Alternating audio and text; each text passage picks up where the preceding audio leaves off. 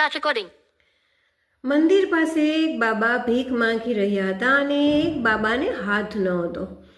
બધા કંઈ ને કંઈ આપે અને એ બાબા જમી અને પોતાની રીતે જીવન જીવવાનો પ્રયત્ન કરે.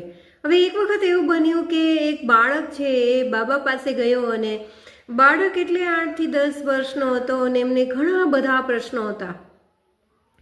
એક પ્રશ્ન એવો પૂછ્યો કે બાબા, તમારે હાથ નથી તો તમે જમો કઈ રીતે? ત્યારે બાબાએ કહ્યું કે બેટા, તારા જેવા કોઈ બાળકો હોય, કોઈ વ્યક્તિ હોય ને, એને હું એવું કહું કે તમે મને જમાડી દો ને ભગવાન તમારા હાથ સલામત રાખે.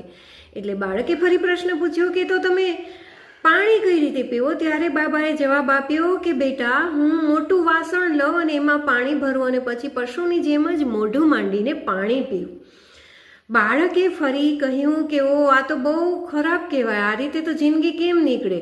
ત્યારે પેલા બાબાએ જે જવાબ આપ્યો ને એ જવાબ આપણે બધાએ સાંભળવા જેવો છે કે જો બેટા, મારો એક હાથ નથી પણ હું તો જીવતો સલામત છું ને. કેવી લાગી તમને આ સ્ટોરી? જરૂરથી મને કહેજો.